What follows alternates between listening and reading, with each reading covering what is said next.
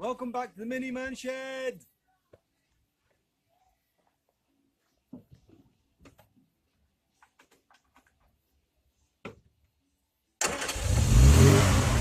Yeah! Woo-hoo-hoo! Get in!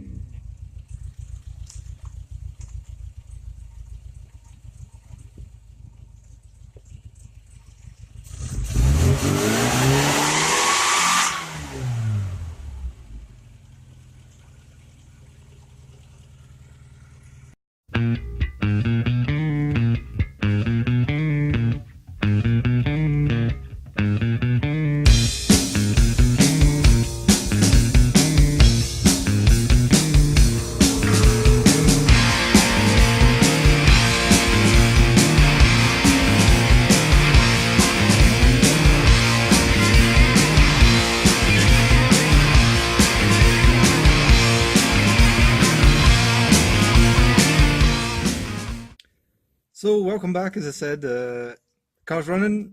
Wasn't that difficult to get it running, but I did have some help from my friends, or some of our friends that you probably follow as well. I'll do some shout outs at the end. What I want to do is just walk around the car, just point out a few things. Not too long. This is going to be a short episode. Don't want to bore you too much. I have been busy. It hasn't led to divorce yet, but it puts pressure on relationships, this kind of thing, you know. So without further ado, I'll just turn you around and we'll take a walk around the car, point out a few things, then I'll do some shout outs, and then let you know what I'm going to do next. Okay, so catch you in a bit. So first thing I wanted to show you was this steering wheel with the British Leyland Boss on it, emblem on it. I found a universal Boss for it. So I've been able to put on the steering wheel, which I bought when I was like 17 years old. So yeah, I'm quite happy with that. You go. So all the gauges are in just temporarily because I'm going to need a new lower dash rail and upper dash rail. They're all cracked, and the mice have been at them as well. So, but they were all done anyway. What I did want to show you is, I'll take off the seat, the cover off the seat. Here are my. Can you see that? I'll maybe go to the other side. I'll show you from the other side. We're not in the sun. And there we go. Or maybe it was better the other way. But anyway, these are the original seats of the car, out of the car. The grain and the vinyl. In fact, I think we're better on the other side. Hold on. The grain and the vinyl is all dirty. It's got loads of grime in it and everything, but they will clean up. As you can see, they're pretty good, man. And I want to keep them in the car, keep the kind of 70s feel of the car. So there you go. I've got all of them back from a friend of mine who's storing it in his barn. So let's start it up and we can go outside and have a wee listen to it. Okay. Hopefully it'll just start off for first time.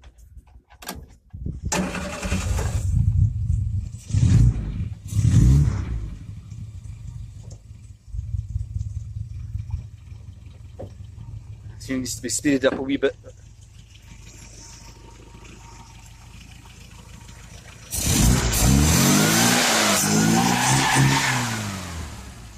So, there's the engine bay, everything together. Hope you can hear me. Oh, and I hope you can, let's go round to the exhaust. You can hear that. How's that for tuning? Huh? How's that for tuning? Actually never changed any of the carburetor settings or ignition settings when I took it off the road. So it should theoretically be running like it was when I took it off the road. We'll see. It'll need some fine tuning, I'm sure. What else did I have? Hold on, I've got a bit of paper in here. But I'll go and grab it. I've got some things written down that I wanted to show you. Yeah, so when I tried to get the engine started, I had lights on the dashboard. I had the ignition lights on in the dashboard. I had 12.6 volts coming through from the battery, but nothing would start, and it was starting to really piss me off. And I sent a message to Keith Miller and Sean, a couple of other folk.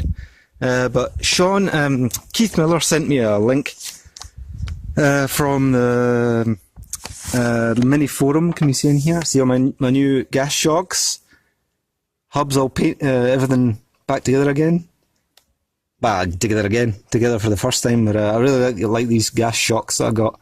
They go well with the blue. Actually, is almost the same blue as the car. Well, you won't see any difference because it's under the wheel arch. But anyway, back to the solenoid. The solenoid was the problem, and Keith Miller sent me a link to the mini forum, which with a lot of people discussing the matter. And actually, something that I noticed, somebody said that you need an earth through the solenoid body, and obviously with all the paint that I've stacked up around it, it wasn't getting that. So I just in the inside wing where the little nuts are, you can see them there. I buffed off some of the paint, put them back on. I'm just gonna paint round about them so that it doesn't rust. But that was the problem. It wasn't the solenoid itself wasn't earthing to the bodywork. I hadn't actually thought of that, but so a huge thanks to Keith Miller and Sean Coyle, who also reckoned that it was an earthing problem, and you were dead right, lads. So thanks very much for that. The first time she turned over, I was just I was just so excited. I just had to go in the house and leave it for 10 minutes, and so yeah, she's running. That was the problem. Yeah, as I said, I retained the carb and ignition settings. I didn't take the distributor out at all of the engine. I left it in there, so it's exactly where it was. The carb never changed any settings. In fact, what happened was the pipe, the rubber seal at the bottom of the float bowl, when I put it all back together again, was burst. I thought I had one. I thought I had a kit, but it wasn't. I didn't have one, so I had to wait for like 5 days for stuff to get sent so that I could put it back together again. But all good now. As you can tell, the clutch master cylinder, I don't know if you can, yeah, you can pick up the difference. It's been done up, it's been restored. This one's a new one, which wasn't like that before. So what happened was I got my wife out here to bleed all the brakes. It was all good, and then I noticed that there was brake fluid pissing out the bottom of the canister. So when I cleaned it up, one of the rusty bits had a pinhole, just a pinhole, and it started leaking out. So I bought a new one. So now you can see new, old, new. Yeah, so put it all back together again, and the brakes are okay. I think they've still got a wee bit of air in them, but we'll get them bled again. What else have we got? We've got the Fletcher pipes, which they're a different blue from the car. I took a chance, so they'll be alright for the moment. I might change them later for something else, I don't know. We've got the Fletcher radiator, which was quite easy to fit. I have to say, although this bracket, which is from Mini Sport, I think it was stainless steel one, I noticed that it's not the same size as the original, so that the radiator is actually sitting at an angle like this. It should be further, this gap should be smaller. It's smaller at the bottom, so I'm not very happy with that. I don't know what I'm going to do about it. Let's see if I can alter the bracket, or I don't know, just buy a new one or live with it. I don't know. We'll see. Yeah, so I don't know what else to show you. We get anything else on the list? I don't think so. I think I've just taken it out. I gave it all a wash because I haven't done anything with the paint yet. I'm going to start today sanding and buffing. So I just gave it a wash to get all the grit off, so that when I start sanding on it, I don't have big swirl marks and all that kind of stuff. There you go. I got the tank painted and in. I don't know if we can see underneath. Can I don't know. Oh, the car's too low. There's a RC40 pipe. I've actually fitted a fuel filter between at the bottom of the tank, just under the floor. So if there's any residual crap in the tank, it'll get caught in the filter, and I'll keep a filter on it anyway. And we've got gas shocks at the back as well. So yeah, it's a nice stage to get to. So let's go into the garage. I've got some shout outs to do, and a little competition. So let's go into the garage. Yeah. So I see that there's loads of people that put up their videos, and they get to a point and they do a competition or a giveaway or something like that. And I thought, you know, could I do that? Have I got anything that people would want? And I actually remembered that I've got some parts that I'm probably never going to use. So I'd rather give them away and say thank you, say my kind of thank you for all of you guys who watch and listen to me babbling on, you know. So without further ado, what I'm going to do is I'm going to show you what I want to give away. And I can't really think of a competition thing, so basically this is the way it's going to work. If you want what I'm going to show you, you can message me in the description, the comments down below, and you have to convince me that I should give these parts to you. Okay, if you're the most deserving person of it. So without further ado, I'll just show you what I'm going to offer. Okay. Right. So here we are. We have a full front subframe poly kit. There you go. Which for some reason, I was maybe drunk, I don't know.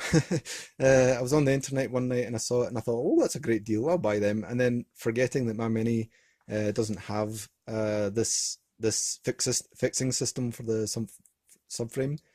I think you'll have to check up, make sure, but I think it's Minis from 82 onwards, which have this system. So you have, these are the teardrops for the front fixing subframe. These are for the top of the towers on subframe, these as well, I think. Engine mounts and the little bushes that go inside the engine mounts. I don't need these, and I'd like to give them away as a thanks to somebody who watches and maybe has got a project of that kind of car, you know, that you can use these. So what I want you to do is in the description, just tell me all about your project and if you know that it's going to go on your project and why I should give it to you. Okay, so yeah, take it easy, and I'll look forward to reading your comments. Hopefully find someone that can use these and make use of them. Catch you later. Bye. Hi. So as I said, just a quick little episode. I'm not going to bore you like I usually do with a 45-minute video. Because usually I just stack up all these videos and then chuck them all together, and that's what you see. And you know, I kind of think, you know, sometimes it's easier for you to forward wind than it is for me to try and edit stuff out. Anyway, I'm really bad at that anyway, so I apologise. It's going to be really quick. A few shout outs. On my last video, someone commented, a guy called Ian Corney, that my front brake calipers were upside down. Well spotted, son.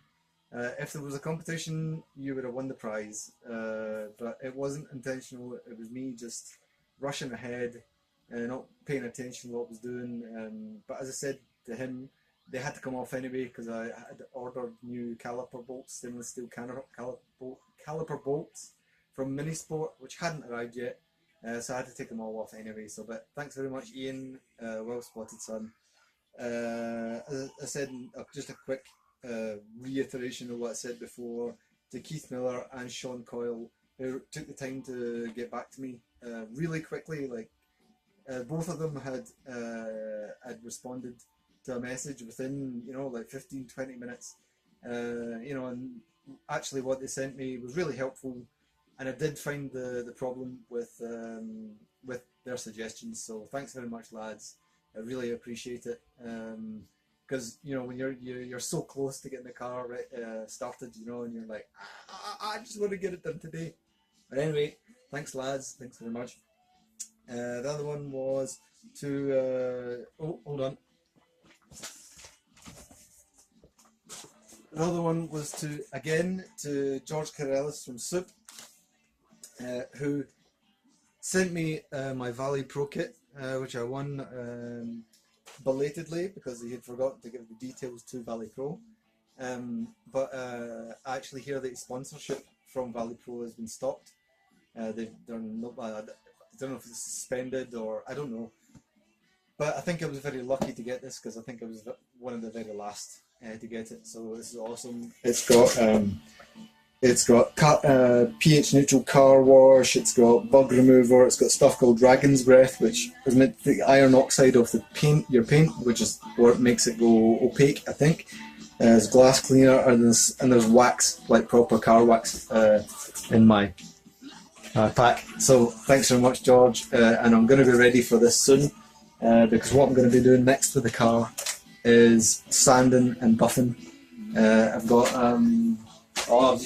you've all seen it before, but I bought well, maybe I'll just show you quickly what I bought. Sanding kit, buffing kit. So comes with loads of different grades of buffing pads, foam pads for different things. We've got Maguire's, Ultra Cut Compound and Ultra Finishing Polish. And I've got the actual buffing machine itself. I'm sure you all seen this before, but I might as well show you what I got. So, so there you go. It's just like a big grinder, but I think it always works with the big pads. So I'll be starting today cutting the paint back. Some bits I'm going to go over with 600. Where the imperfections, runs, where the sweat dripped off my brow onto the wing, all that kind of stuff. Excuse me. And then work my way up. 1,000, 1,500, I've got up to 2,000 grade, 2,000. And then I'll use the the cutting compound, buff it all, and hopefully it's going to look beautiful. So maybe in the next episode you'll see that. Do all the doors, the bonnet. Hopefully I've got a new headliner. Our friend's going to come round. We have to do that after the polishing, obviously, so that doesn't mess up the liner. So hopefully that get that done quick while it's still warm. Because I can't be putting a headliner in when it's cold.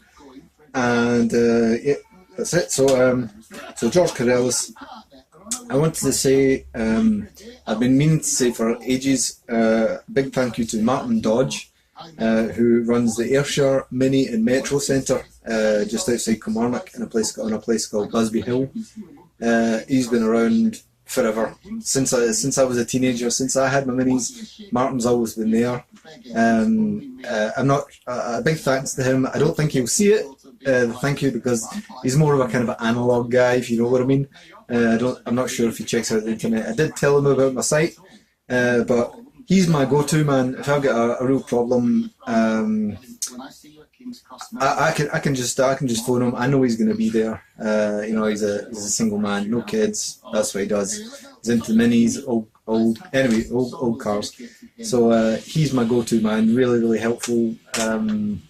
So if you see this, Martin, thanks very much. I really appreciate taking all my phone calls from way over here in France. And also, if any of you guys are watching from Scotland and you're looking for a guy that really knows his stuff, you should look Martin up. I don't suppose he's advertised many places, but if you don't know about him and you live in the kind of Ayrshire, southwest Scotland area, and you're looking for a go-to guy, he does excellent repairs and all that stuff. So it's Martin Dodge is his name, and it's the Ayrshire Mini and Metro Centre at Busby Hill, near Knockentibber, next to Kilmarnock. Okay, so I'm sure you'll find him in the book. If not, I can actually put his number up on the screen, his phone number up on the screen, and if you need to get in contact with him, I'm sure he'll be happy to help you. For a price, obviously.